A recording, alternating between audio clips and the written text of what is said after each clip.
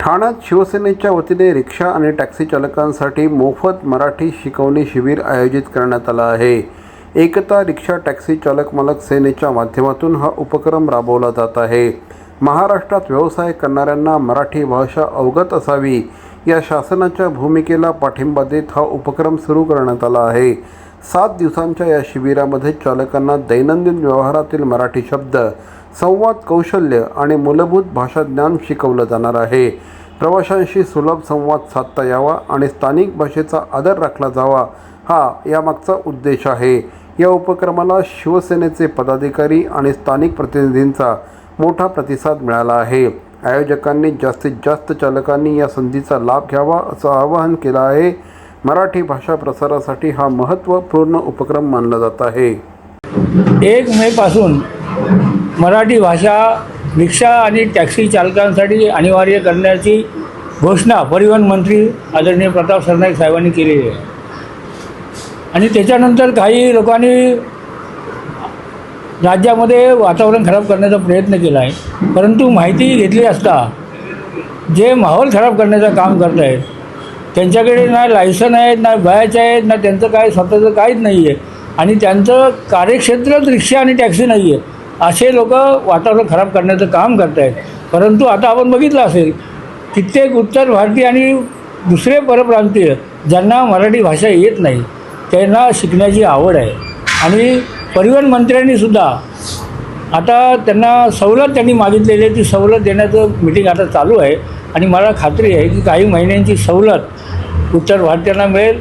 आणि याचा शुभारंभ आज जय भवानीनगर शाखेमधून शिवसेना शाखेमधून आपले उत्तर भारतीय असतील, साऊथ इंडियन असतील, जे रिक्षा आणि टॅक्सी चालवतात त्यांना आम्ही मराठी भाषा शिकवण्याचं काम करू आणि त्यांचे ना आमचे संबंध एक कौटुंबिक संबंध आहेत।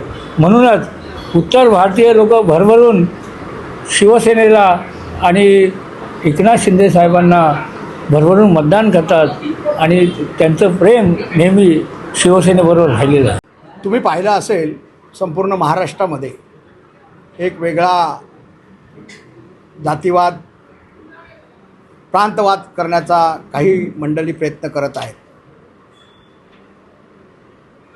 वंदनीय बाळासाहेब ठाकरे यांच्या आदेशाने चालणारी शिवसेना, यांच्या विचाराने चाललेली शिवसेना, गुरुवर्य धर्मवीर आनंद दिघे साहेबांचा यांचा आदर्श समोर ठेवून चाललेली शिवसेना, माननीय एकनाथ शिंदे साहेब हे महाराष्ट्रात संपूर्ण पुढे घेऊन चालले आहेत, त्यांचे विचार पुढे घेऊन चाललेले आहेत। आणि मग अशाच वेळेला सरकारने हा निर्णय घेतला, आदरणीय परिवहन मंत्री प्रतापजी सरनाईक यांनी एक निर्णय घेतला का महाराष्ट्रामध्ये जे रिक्षा टॅक्सी चालक मालक आहेत, ते व्यावसायिक आहेत, त्यांना प्राथमिक मराठी येणं अनिवार्य आहे।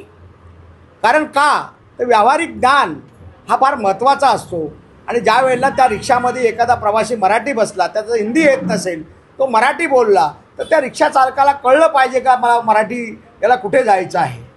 हे बेसिक जो शिक्षण आहे हे देणं अपेक्षित आहे। आणि म्हणून आज या ठिकाणी माननीय एकनाथ शिंदे साहेबांच्या आदेशाने आम्ही शिवसेना शाखा जय भवानीनगर का माझ्या या प्रभागामध्ये मोठ्या प्रमाणात उत्तर भारतीय लोक रिक्षा टॅक्सी व्यवसाय करणारे राहतात, वास्तव्याला आहेत। मग दशरथ यादव आणि आम्ही सर्व मंडळी बसलो, आमची एकता रिक्षा टॅक्सी चालक सेनेचा मी सल्लागार म्हणून काम करतो आहे। त्यामुळे युनियनच्या माध्यमातून आम्ही ठरवलं की आपण शाखांमध्ये अशा प्रकारची प्रशिक्षण केंद्र सुरू करूया, त्यांना शिकवणी सुरू करूया। ज्यांना मराठी येत नाही त्यांना बेसिक मराठी शिकवण्याचं काम आम्ही लोक सुरू करणार आहेत। तर विनयनी मला वाटतं त्याला पहिलंच कळलं होतं, त्याने 6 महिन्यापासूनच ते प्रशिक्षण केंद्र सुरू केलेलं आहे।